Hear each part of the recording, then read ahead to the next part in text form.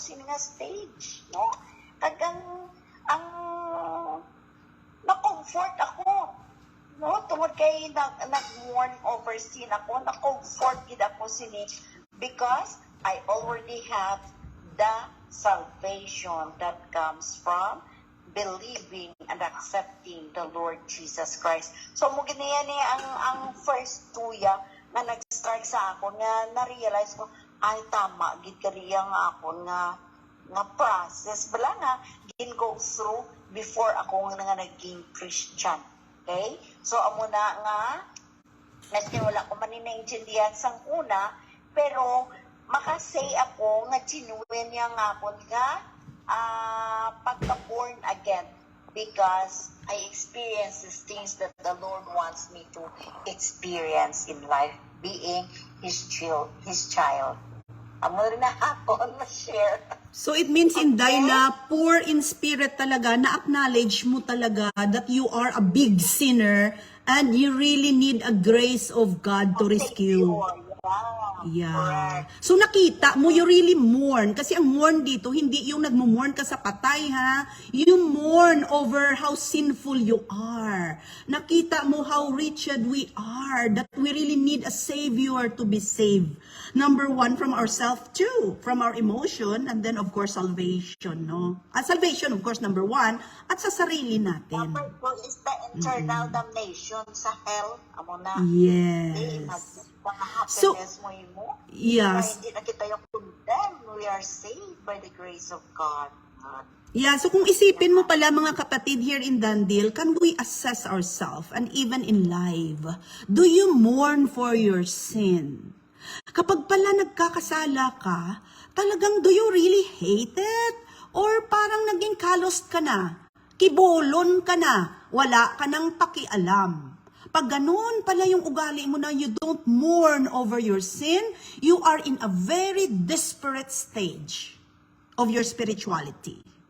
Okay? So I think this is a good thing. Yeah, so I think, Inday, this is a good thing for us to assess ourselves with the 8 Beatitudes. So, thank you, Ma'am Jean. Yan palang number 1, Day, no? In order pala that the Lord can really help you, you really have to mourn over your sins. Yeah. Okay. Next, please. Kami na. Oh, sorry na. Pit-pit ka na, may ikakadlaw mo bala mo. O, sige na. Grabe, ginang binag-binag mo, Pitaw. Grabe, binag-binag mo. Blessed are the merciful, for they shall be shown mercy. O Diakon, Why? Nagkakon insight ko sige is, What's that to you? ang akon, it shouldn't be self-centered. Kumaga, kailangan kasi, of course, God is watching us. Saka kung merciful ka, so, malay mo, God will show mercy to you. Something ganyan. Kasi pag wala kang pakialam sa mundo, kaya doon kang yung ego mo too much, wala kang nakaano ka sa sarili mo. So, sabihin ni God siguro, itong tao to walang pakialam. Kumaga. So, yung ano ko sa kanya, parang ganun din. Baka hindi ka kakawaan. Parang ganun. Ewan ko, correct mo tayo wrong. Basta yun yung sa akin insight. Wow. Sige, Neng, ikaw na. So ano, Pit-Pit, ang reward ng merciful? Kasi pupunta tayo, gusto mo yan, ito pala yung reward nun. Ano palang reward? Blessed are the merciful because, ano ba yun? You will be given mercy. Also given mercy. O, Day, ikaw explain, Day. Itita Jean, ikaw, Day. So, ganun pala, no, grabe, ano? Kung hindi ka marunong magpatawad, o, sige, Day, Day. If you are merciful, you will also receive mercy. In other words, kung ikaw nagpatawad sa mga nakasala sa imo, patawaron ka man ni ni God. So kanami para sa comfort sa self mo nga, Lord, salamat, gidha kayo patawan mo ko. Pero hindi kasi nakahambal ko. Ikaw mismo, why mo gipatawan tong tao nga nakasala sa imo? Di wala ka comfort. You are not comforted. You are not blessed. You are not happy. Pero, kung may ara kaya naging kaluuyan, just what Pet shared a while ago, kanami ya, kay you are so hopeful that the Lord will also show mercy upon you. Like for example, literal, niya example sa ako, no? Kay very literal man. Example lang tong one time, tong may conduct nga mga seminar sa mga pastor nga tao para ikaw makabaton sa mercy because you also give mercy to others. You see? So, amo na siya, Nick. So, thank you, Kid Pet. Gimana? Okay. Jit?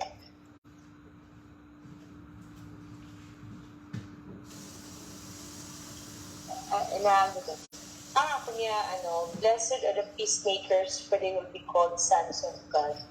O, diba? Dito, ko yan sa punta. Yeah. Thank you. But yun lang ang dapat agad sa the Prince of Peace. Tapos sa Bible, kung Bible study kita daw binavalue kita natin ang word nga peace. No? And kung gaano ka kung maging peacemaker ka. Para sa ako, nakita ko siguro nga naging peacemaker ang Panginoon when the time that He died on the cross.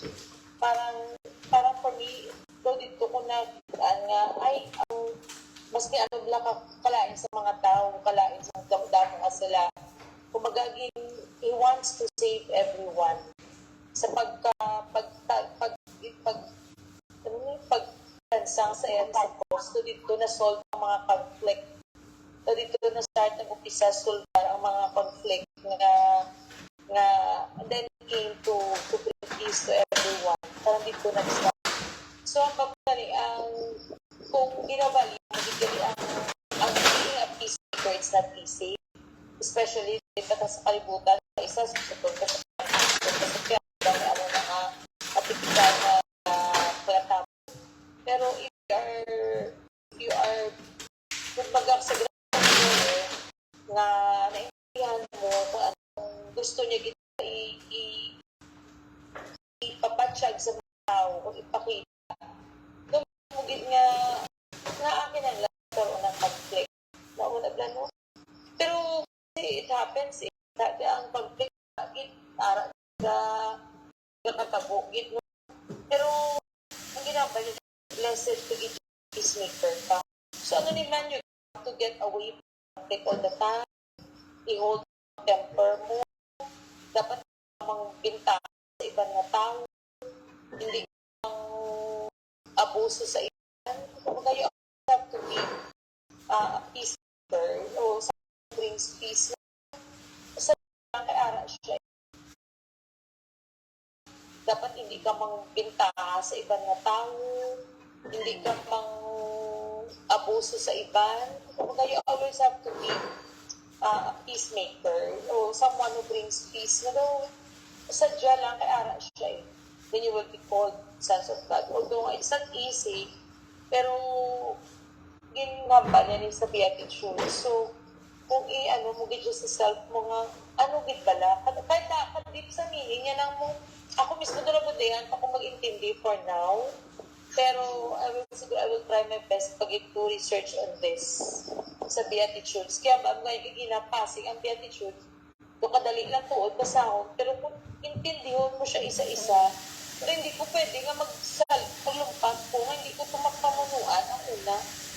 Yeah. No, kapag na dito, actually dito ko sa poor in spirit, siguro gito ang dapat. Pero na alam ko nisang sa peacemaker nga verse, pero sa una, namigin man kung pasunodon, apan pagpasunod, kung magkabasabi sa verse, then you reflect on yourself.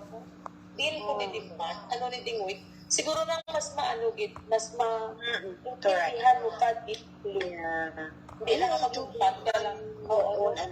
amo na mga assignments natin tanan. Again, sa una pa lang niya, blessed are those of Holy Yeah. Spirit. Kung dira pa lang dito, di na ako kalin kay na. Ngayon, ma'am, si Ma'am, baka na yun, hindi na Bible study, or sa Friends, your Lord and Savior, pero there's still something na kulang. Baka ano pa na. That's funny, Tita Gino. Sa una pa lang, takalin, paano pa nakakadto sa pihak? So, naman dito nakakalinig na nag-feel ako sa sticker, kada ako ng next. Pero sa una, pa lang ako kwenta, dito ako kalin sa una. It's a good assessment, no? Honest. Thank you. That's humility. Umatmat. Sige si Papa na. Thank you, G. Papa, Papa. tanay na, galigapay lang yan. Ano matmat nila na? Ano yung mga Ako, tita, dito, blessed are those who hunger and thirst for righteousness, for they will be filled. yes. So, I love that.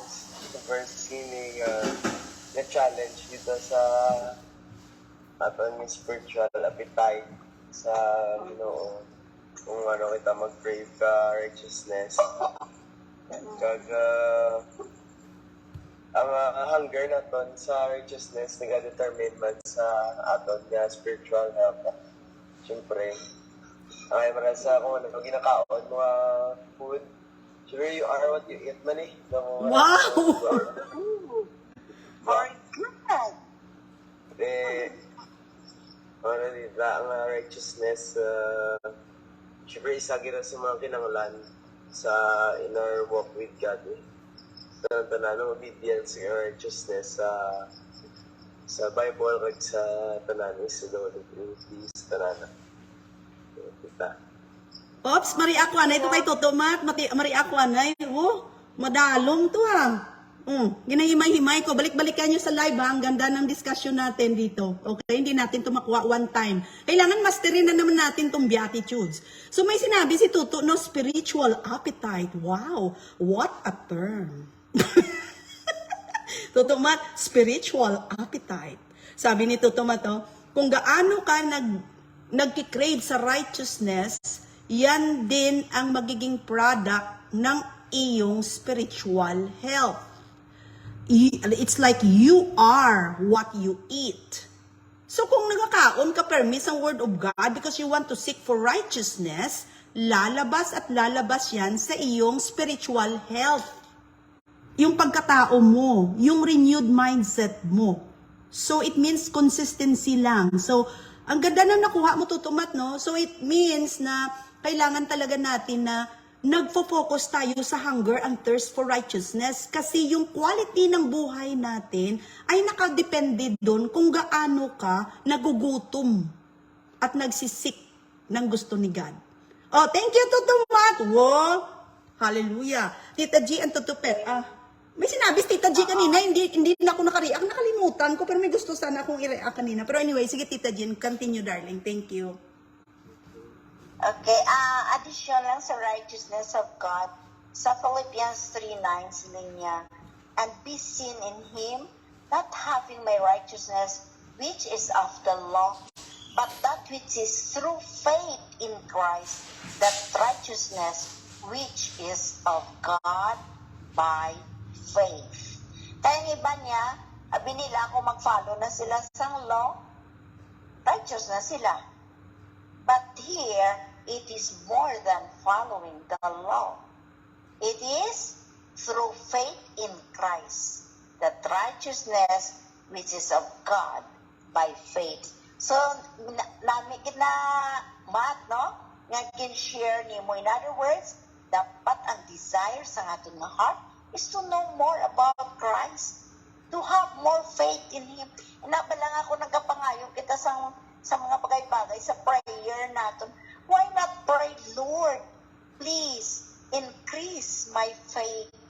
Lord, please increase my hunger and thirst for your righteousness.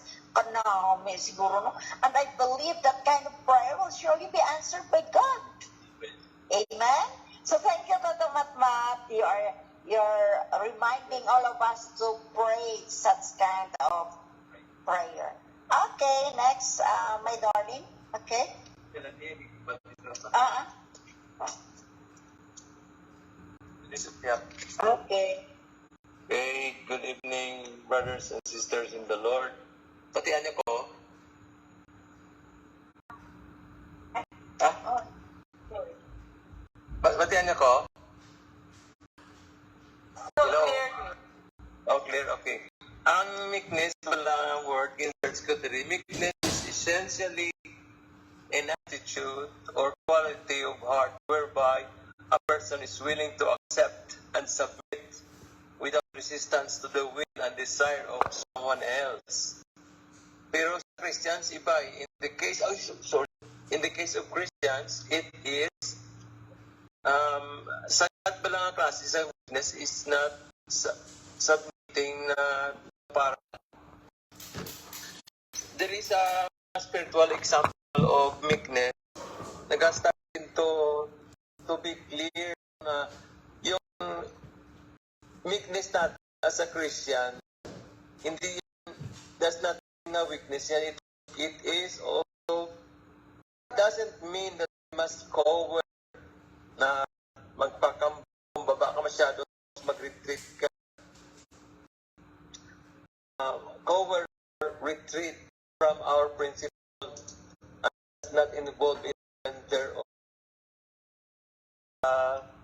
Kasi out sila sa over idols, no? Nag-worship sila sa idols. So, meekness in Moses, he shows an active reaction to that one. Yung ginimo niya to, dato ginapo niya to, galing kay di, do mistaken mo ning anger, no? Pero, diri ba na sa nakita ko diri sa akong nga gin-search to, it is meekness, no? Kay ang gusto diyan ni Moses nga sundon ang what is required or what God wants, no? Amo na ang yagid nga gina-prioritize sa kay Moses. So we have to exercise meekness just sa life naton nga hindi na sobra tayong timid, na sobra tayo nung kabayaan mo na lang yan kasi meek niya tayo eh. Hindi natin sisitahin yan kasi meek tayo. Pero hindi yan, no? Tapos yung isa pa dito na nakakaano sa akin is yung you will inherit the earth. So hinanap ko ito kanina, paano natin ma-inherit the earth?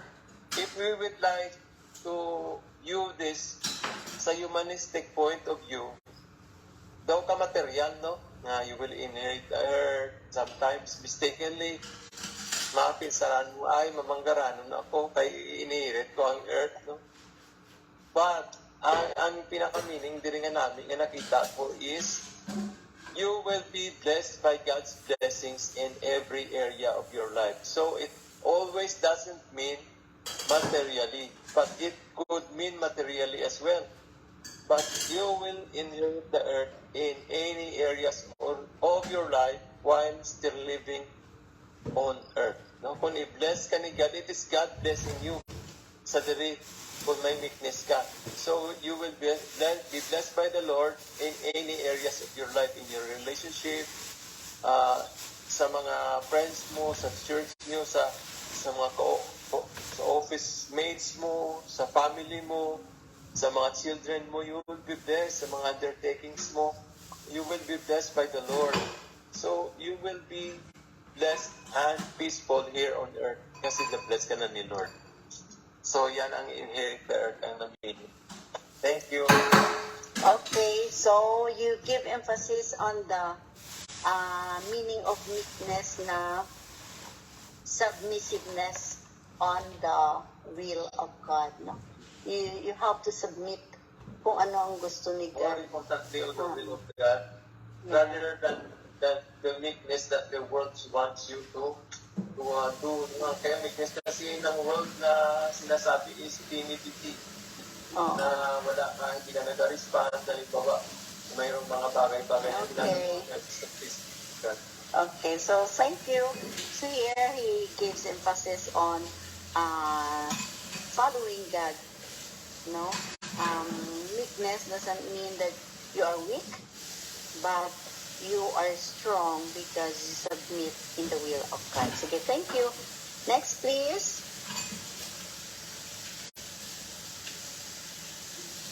Ning Juvie. Ay, may gili ka join sanday no John. Ay, uod man mo nga. Away ka naka-join sa nanunoy dyan. Sayang, no? Anyway. Ay, ano si para may puntahan si Ma'am Cindy Bani na ano yata, birthday party sa ano, parang ihalo niya sa Hanipaan ba yun? Nag-message sa akin. Pero abi mo na next time, please remind me na ha, because we need to remind the children. Kasi yung mga children kasi, kung i-remind mo yan, pupunta yan sila. Pero kung hindi, wala din. Hindi ko lang nalata na wala pala si Nini Bane. Diba? Kasi yung mga teenager natin, bala nila, wala si mama nila, okay daw, saway lang. Pero kung i-remind mo, nakadto man sila. So, please remind me na pag wala minsan si Nini Bane. Gaulat lang na sila. Anyway, Tita Jean, let me add to what Toto Jim is saying. So, so Toto Jim was touched by the meekness. I am touched by the meekness too. So, as again, yung meekness is associated with the truth. Okay? It should be spiritually inclined yung pagkamik mo. Hindi lang people pleasing, pahipos-hipos ka lang dyan para wala na lang gamo. kinanglan strength under control, but when you have something to say, you really have to say it in love and in gentleness too. I think that's meekness. Hindi yung tahimik lang. And also, we speak about holistically. Because God's healing is holistic, brothers and sisters. And usually, yung material dyan is always the last. Okay? Pero, ang inherit the earth means, naaalala ko yung nangyari kay Moses, no? Abraham. Sabi ni God kay Abraham, Abraham, leave your family behind and go to the place I'll show you, and I will give you descendants as many as the stars. Okay? So, feeling ko si Abraham, without the spirit of enablement from God, kung sa pagkatao lang at palayasin ka doon sa family mo, ibig sabihin doon ng mga ancestors niya pinaalis siya doon sa lugar na yon. Without the enablement of God, do you think Abraham can be meek? Sabihin niya, ay nako, ayun, para magagalit na sana ako kay God. Ba't mo ako palayasin dito sa family ko? Why do you have to let me to go to another place? Here is my ancestry. O, diba? So, si Abraham may meekness. Kasi parang wala ka namang nakita doon na nag-disobey siya or nagreklamo siya kay God nung sinabihan siya na, get out of the place and go to the place I'll show you, I'll give you descendant as many as the stars. So, ang inherit the earth na nag-strike sa akin sa pag-share ni Tuto Jim is, yes, holistic yan, last na ang material, but inherit the earth means, bibigyan ka ni God ng followers. Followers for Jesus. Okay? Like si Abraham, may mga sumunod sa kanya, 'di ba? May mga Abrahamic covenant, 'di ba? Davidic covenant, mga ganun-ganun, 'di ba? May mga followers sila, brothers and sisters. So it means na because they really represent like Jesus Christ to the world. So nagiging light sila. Yung kagaya ng sinabi ni Ma'am Jean kanina na ano ba yun, yung una mong sinabi sa light, na-represent mo si God Parang na-duplicate mo, parang ganun. Right? Demands that we deny ourselves and act.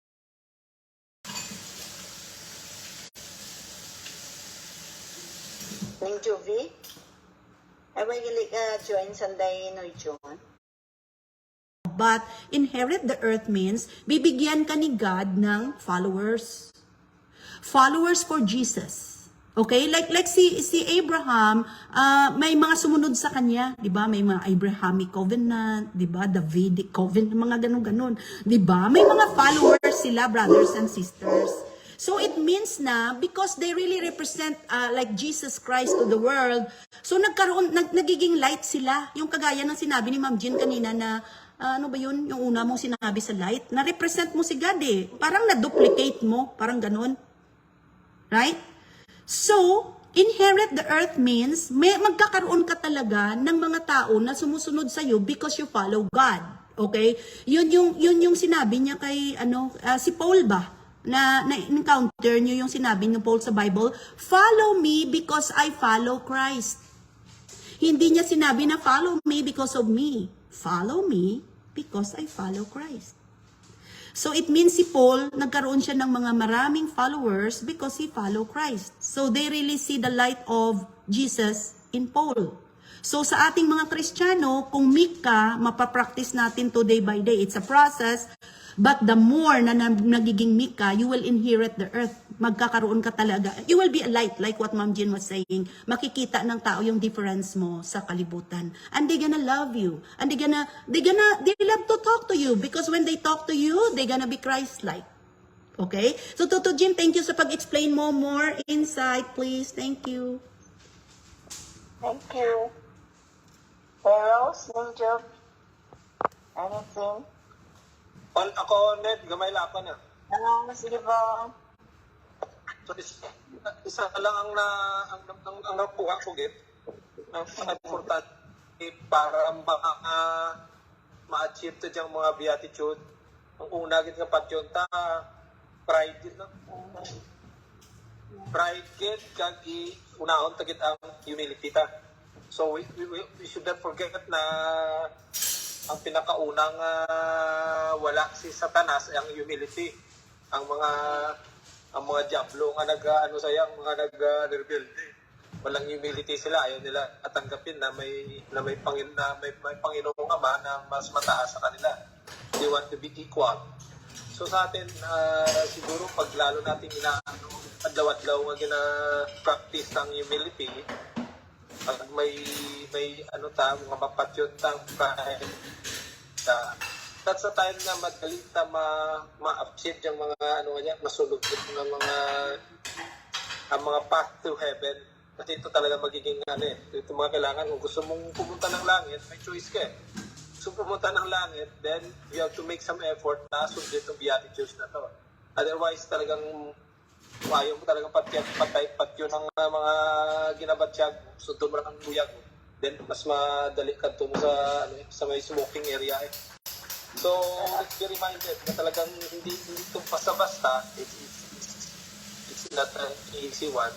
Kaya kailangan natin magdasal, kailangan natin alamin yung mga Biblia, kailangan natin basahin at dibdibin at sauluhin. Kasi talaga kung tayo lang, hindi natin makakaya yan. Dito pinapakita talaga na lahat na ito ay ma-achieve mo lang kung meron kang humbleness, kung meron kang humility na sumunod sa Panginoon, at siya magbibigay sa'yo ng lakas ng loob at yung liwanag ng isip, yung bang magkakaroon ka ng clear mind na na sumunod sa kanya at tumugon sa kanyang panawagan. Yun lang, brothers and sisters, and lahat na yan imposible sa tingin natin, pero walang imposible sa Panginoon. Yan na lagi natin itatak. Lahat yan imposible sa Panginoon. So, hingin natin ang kanyang tulong at patuloy tayong sumunod at tumalima sa kanyang mga gustong gawin sa atin. God bless everyone. Stay safe. Amen. Thank you, Bong. Tama. Okay? So, don't be prideful. Instead, clothe yourselves with meekness. Okay, next. Doon na lang, family, Juven Rose. Sino? Sige, Ma'am Jean. Grabe, no? Thank you, Ma'am Jean, no? Pag-explain, Ma'am Jean. Yung tama yung sinabi kanina ni Tita Jean, sa number 1 pa lang, parang hindi ka na makaano eh. Pero yung yun nga, ang grabe talaga, no? Kasi sabi kanina ni Ma'am Jean, parang sa huli yung rewarding. So, parang talaga, na kailangan mo talaga pasahan itong yung mula 1 hanggang 12. Kasi bandang sa pinakahuli-huli talaga inilagay ni God yung pinaka-rewarding. Parang yun ang na pag nag-aaral ka, kailangan mo talaga dumaan sa may mula grade 1 at sa mga tapos pasahan mo yung mga mga exam, mga mo dyan. Tapos ang ganda talaga ng pagka-explain ng Jean kanina.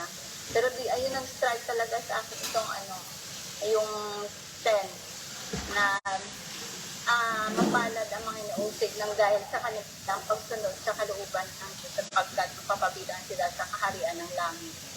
So, ito talaga ang ano ng Panginoon sa atin na habang sumusunod tayo sa Panginoon, parang dito na pinapakita ng Panginoon sa atin na dadaan talaga ang isang Kristiyano sa mga matinding pag-uusig, matinding pag-persecute, mga matinding pagsubok, basta sumusunod sa yapak ng Panginoon. So, talaga, no? Parang ito yung parang nakikita po itong daan para isa pamuhay po natin ito na parang huwag tayo matakot sa mga persecution na pwede nating danasin dahil ito nakasulat naman talaga ito sa Bible na hindi tayo exempted yan sa mga persecution na yan habang sumusunod tayo sa Panginoon, habang patuloy-tuloy tayo na gumagawa ng kagustuhan ng Panginoon. Makakaranas talaga tayo ng mga pag-uusig, mga kung ano-ano mga sinasabi. So lahat yan, talagang hindi tayo exempted, lahat tayo dadaan talaga sa mga ganong sitwasyon. So parang sabi niya nga sa 2 Timothy 12 na gayon din naman ang lahat ng nanais na mamuhay na matuloy bilang tagasunod ni Kristo Jesus ay daranas ng mga pag-uusig. So wala talagang exempted pag once na sinurrender yung kabuhay mo sa Panginoon at totally sumunod ka sa Kanya, marami ka talagang mararanasan ng mga persecution, marami kang mararanasan ng pagsubok, mga pag-uusig na minsan maririnig na lang na kesyo ganito. So, wala ka nang wala. Basta yung sa puso mo, yung gawa mo ay kasi kaligaya ng Panginoon. So, wala ka nang pakuha ng masasabihin ng tao sa'yo. Basta ang sa'yo, ginagawa mo, yung gustuhan ng Panginoon. So, wag ka matakot sa persecution, pag-uusig, kung ano may yung mga pag na harapin, sa alam yung ginagawa para sa ikatuwa ng Panginoon, para sa ikaligaya ng Panginoon. At yun ang pinag ng kalahat na makakasabang sumasunod tayo sa kagustuhan ng ating Panginoon. Wag tayo sa mga persecution, mga pag-uusig. Panlil ito yung mga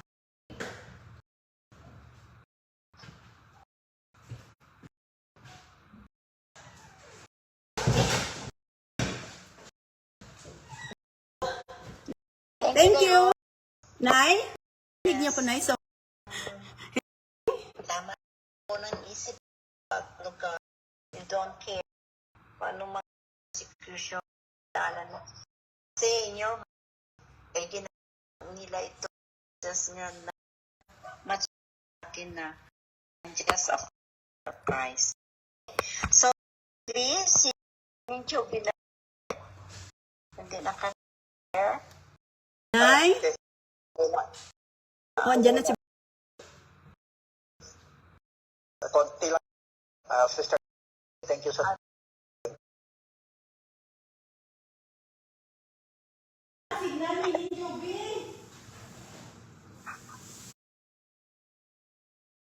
Na talagang wala tayong kakayanan na mahirap tayo sa ano ng ating Panginoon. Doon darating na naman yung sa number 4. Yung mapapalad ang nagkahapis sapagkat sila ay aalawin. Hindi ba't pagka tayo parang napaka ano natin sa Panginoon, yung nagkahapis tayo. Yung parang nagagalit tayo sa sarili natin. Sana doon pa nakilala natin ang Panginoon. Nakilala natin ang Panginoon at doon pa naranasan ko itong ganito. Kaya nung siguro, isa-isa lang ating Panginoong Kristo na itinuro na dun sa mga kanyang mga tagasunod. Na inisa-isa niya, binaytay-baytang niya hanggang sa umpisa. Kung paano tanggapin muna natin at tanggapin muna natin na tayo mahirap. Malayo tayo sa Panginoong ito. Mahirap ang ating spirito. Puro spirit tayo talaga. Ngayon, maghihinagpis tayo. Dahil alam natin na napakalayo natin sa Panginoon eh. Pag tayo tinanggap natin na talagang mahina tayo, na ano tayo sa spirito, nagiging maamo tayo sa Panginoon. Sumusunod tayo sa Kanya. Na kailangan andun tayo lagi. Nasundin natin ang kalooban niya at katwiran niya. Dahil pag yun ang anuhan natin sa ating Panginoon, mararating natin halos lahat, pati yung 6. Kaya pag hindi natin gawa hanggang 8, kulang. Kulang. Kasi hindi natin maano yung pure heart natin. Yung talagang malinis na puso, nabusilak na puso. Talagang kailangan mag-umpisa tayo sa una. Hanggang makarating tayo hanggang dun sa maging ilaw tayo, maging asin. Ando doon na yung lulur-aanihin tayo, aalipustahin. Kaya napakaganda. Salamat si Sige. Naunawaan ko na ngayon yung beatitude na to. Talaga ang ganda kong hihimayin natin hanggang una, hanggang mararating natin. Para tayong umahakbang sa hagdan na umpisa mong umakbang sa una para makarating ka sa taas. Ang hirap, Pangin, na tumalong kang pang-apat na hakbang na hindi mo dinaanan ang una. Daanan mo yung una para maramdaman natin at marating na natin kung ano yung tinatakbo talaga natin. Sabi nga ng Apostol Pablo, diretso lang ang laban para tayo marapag at nabutin natin ang ating tagumpay. Yun lang sa akin siguro. Salamat sa pakikinig. Glory to God. Salamat, Sister Dean. Salamat sa Amen. Glory to God. Thank you, Brother Joy. Next, Ning Job. The last but not the least. Okay. Thank you, Sister Jean, sa maganda mo topic ng gabi. Doon ako na touch sa sa number 2, no? Blessed are they who mourn, for they will be comforted. Kung hindi ko pa nakilala ang Lord ba, nalugmok sa kasalanan ako. Then nung tinanggap ko na si Jesus Christ as our Lord and Savior, na doon talaga na grabe, no? Na parang doon ko naramdaman na talagang totoo pala talaga si Lord na nagpapatawad. Hindi ko na kumalahati yung edad ko. Kumalahati ang edad ko sa kakupalang nakilala ng husto ang Panginoon, natanggap ko siya. Wait lang, ako, distract.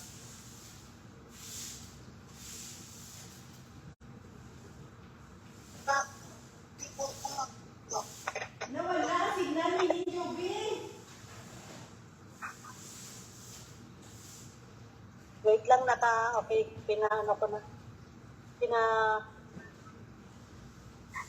hello? Sige. Wait lang.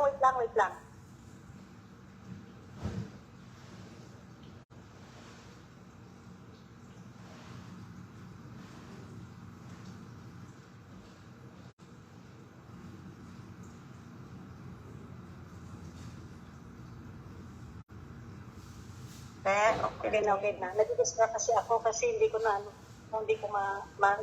makapag-concentrate kasi naririnig ko yung boses ko doon sa kapilang sa ibang brother John. Yun, nakikil ko talaga naging kalahati pa yung buhay ko sa kakupansa ng hinala ng gusto na doon na ang sarap pala ng buhay na talagang sumunod ka sa Panginoon, no? Na talagang, Lord, sabi ko, bakit ngayon lang kita mo nakilala. Sana noon pa, no?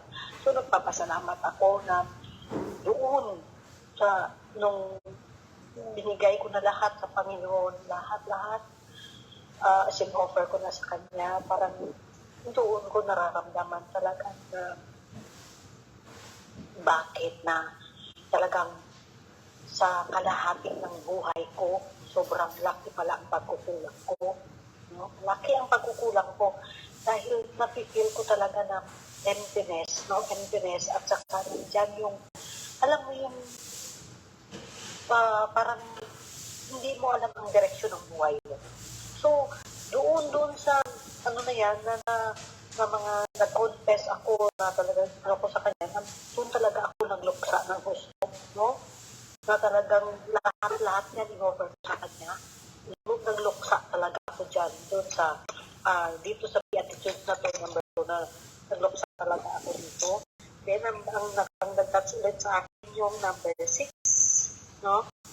Blessed are the clean heart, no?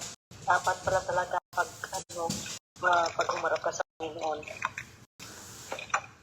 talagang malinis ang lahat, at malinis ang konsensya mo, malinis ang lahat, wala kang iintindi, basta alam mo, pure sa puso mo talaga. Parang nakalimutan mo ng lahat, sigang nasa harap mo, no? Ang sarap ng cake na talagang pag malinis ang intention mo, ano yan eh, parang alak, diba? Alak, pag pure, wala.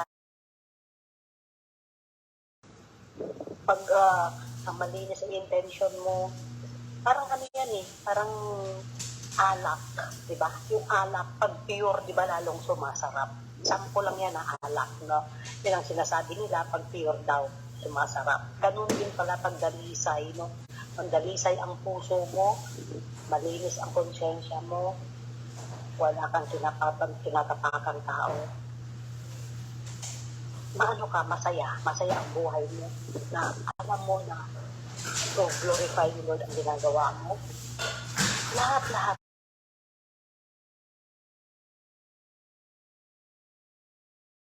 No? Ano na yan, paano na yan lahat?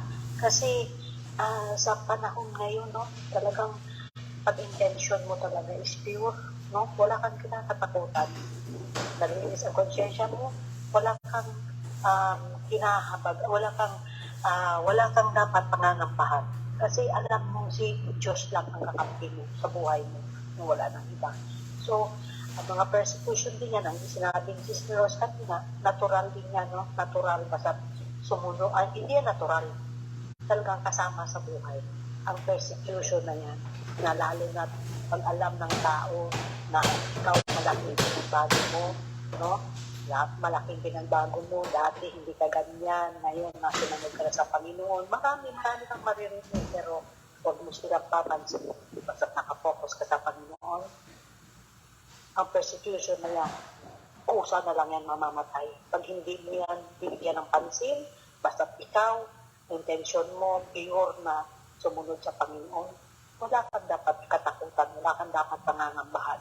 Basta kasama mo si Jesus Christ sa buhay mo, ang family mo, lahat-lahat, susunod na yan.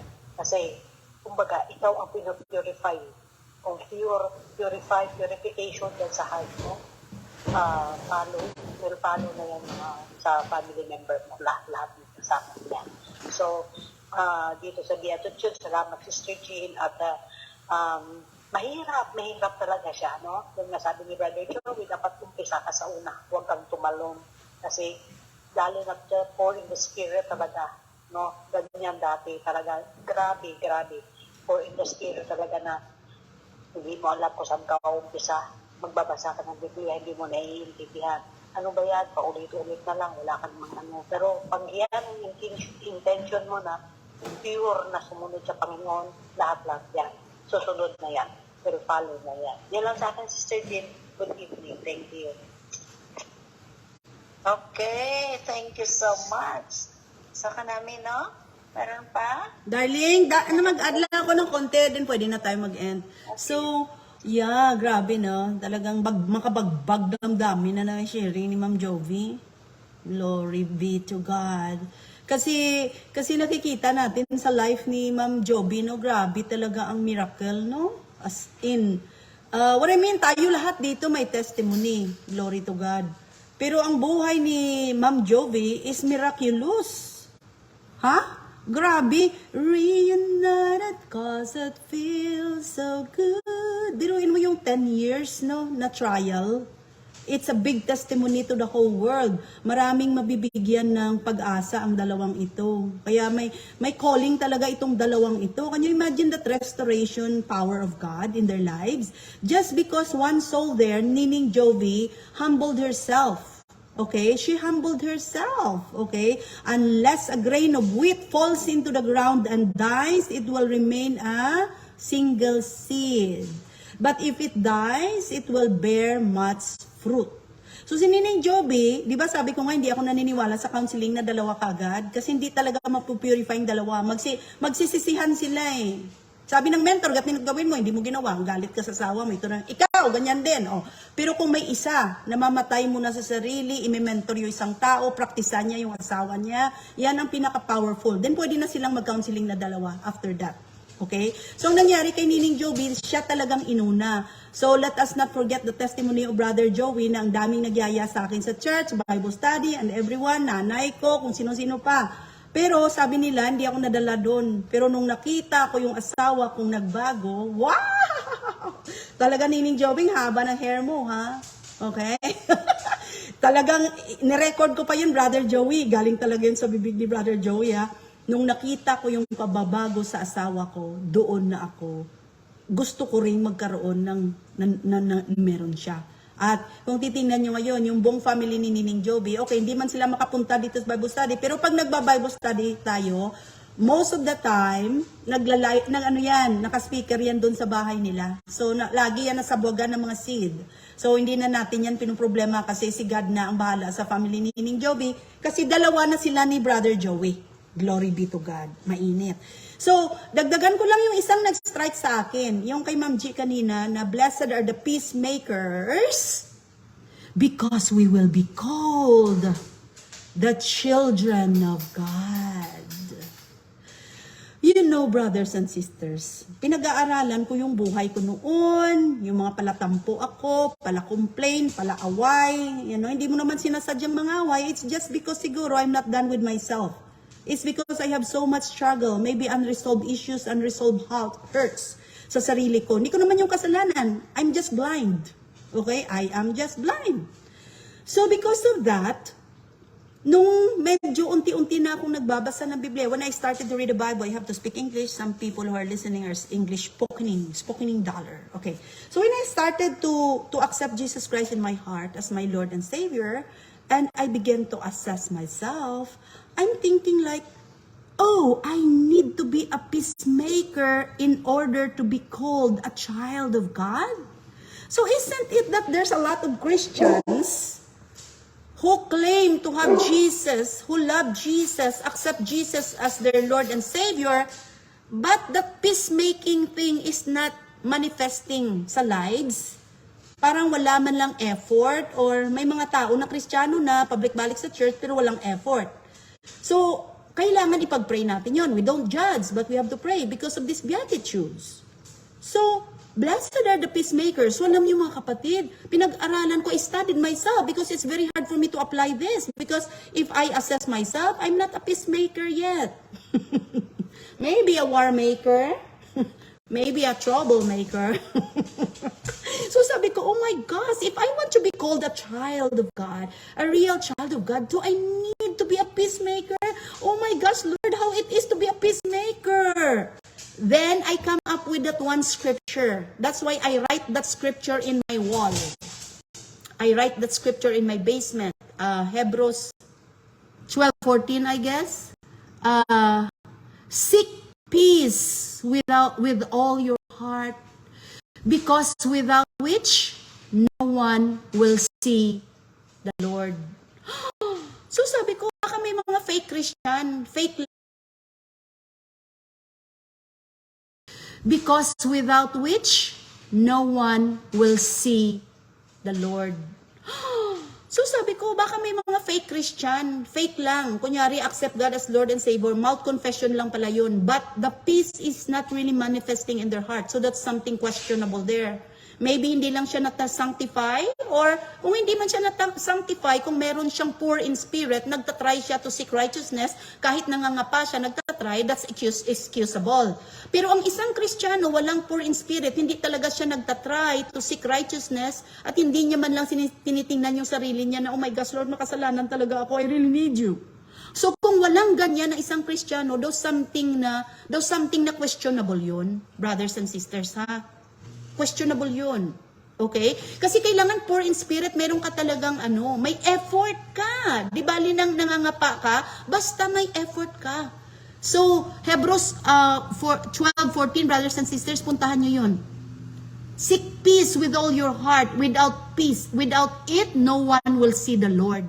So it means na baka may mga fake lang na mouth confession, hindi talaga nila makikita si God. They are not real children of God if they are not really seeking peace. Because if the Prince of Peace, Jesus Christ, lives in you because the Holy Spirit is there, it's impossible for you not to try to seek peace. Kasi ikukonvict ka ng Spirit who lives in you. Okay? So brothers and sisters, let's assess ourselves. Do we love peace? Do we want to initiate peace?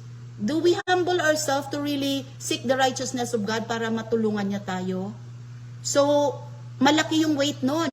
Matatawag ka lang na anak ng Diyos kung peacemaker ka. Okay? So, sa verse na paborito ko rin yung meekness, doon ko na-realize na as long pala na nagsisik ka kay God, dire-diretso kang nagsisik kay God, there's no way talaga pala mga kapatid na maghihikahos ka, no? Na talagang wala kang kakainin. That's not God's plan.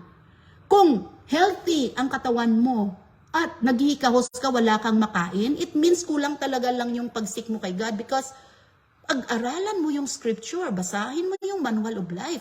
The Lord said He gonna provide your needs.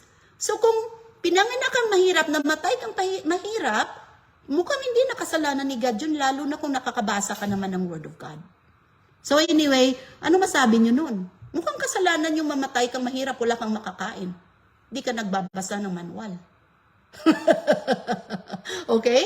So doon sa meekness, you will inherit the earth. So that's holistic, ha? So, yun lang mga brothers and sisters.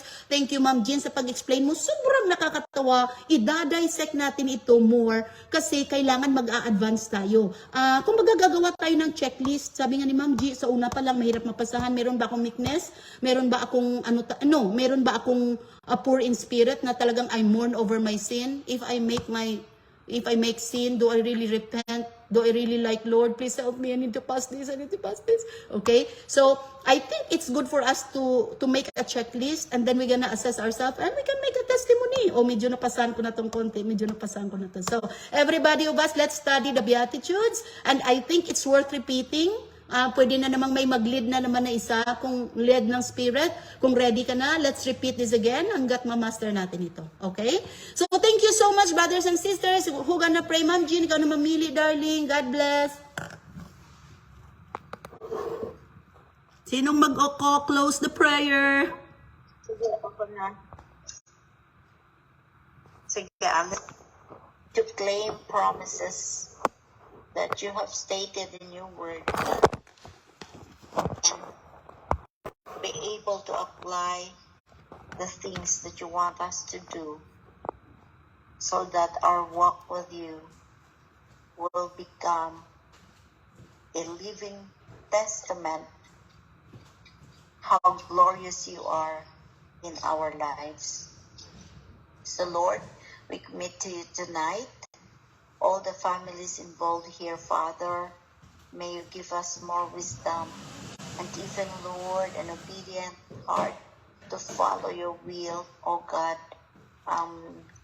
na without any much hesitation, na hindi namin I mind what people will say, but instead we must be ready to accept persecution just to follow you. Thank you so much, O Lord, and bless us even in our sleep and even in the task that we're gonna do for the next day. This we pray in Jesus' name. Amen. Amen. Thank you, everyone. Good night. Thank you, Ma'am Chin. Thank you, everyone who shared. Glory